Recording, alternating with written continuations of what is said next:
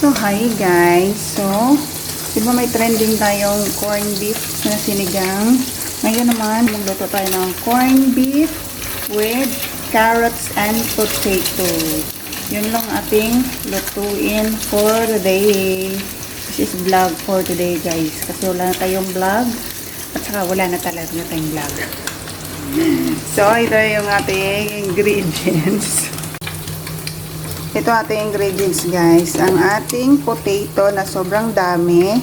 With carrots yan guys. Nilagyan ko ng carrots na konti pampakulay. Ayan. Hiniwa ko siya. Ito yung patatas is malaki konti. So yung carrots hiniwa ko siya ng mas maliit.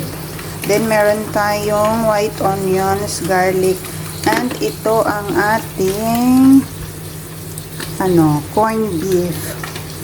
Ito lang. Masarap to guys. Iba't yan. Nabili namin sa Pinoy store dito malapit sa bahay. And meron tayong spring onions dito. Yan lang. So, wait lang natin maluto ang ating tofu. Then isunod na natin ang ating corned beef. Ito yung ating tofu guys. Sa alaga ko yan. So, hindi atin yan. Lagyan lang natin ng sauce mamaya.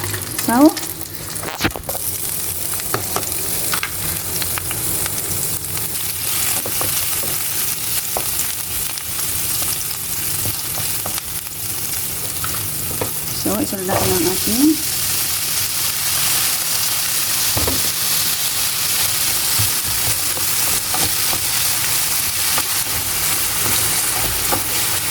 pag malambot na yan guys, saka natin lagay ang ating corned beef.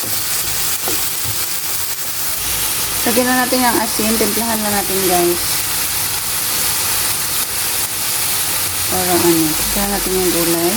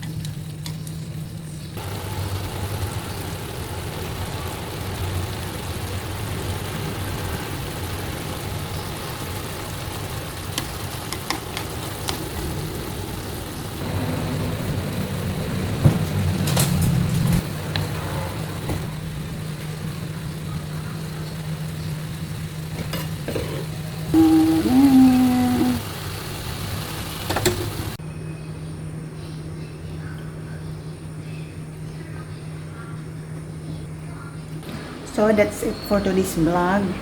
Nakaluto na tayo ng ating corned beef with potatoes and carrots. So, ayan lang yung ating vlog for today guys. Nag-cravings lang tayo.